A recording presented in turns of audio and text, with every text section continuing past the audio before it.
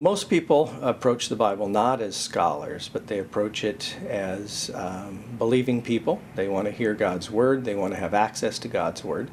And so they get at it through translations. But right now there's a lot of noise around us in the world about what the Bible is, where it came from, whether it's been corrupted or we've been misled in some ways. And so I think that this book might give some guidance to our average or an interested layperson, the person who's not necessarily a scholar, not necessarily interested in further study, but just has questions about what is going on right now in this discussion. What are people saying about the New Testament? Can we believe it? Is it a reliable text? Where does it come from? You know, how do we, when we pick it up in English, we know it wasn't originally written in English. You know, what are we to think about all these things?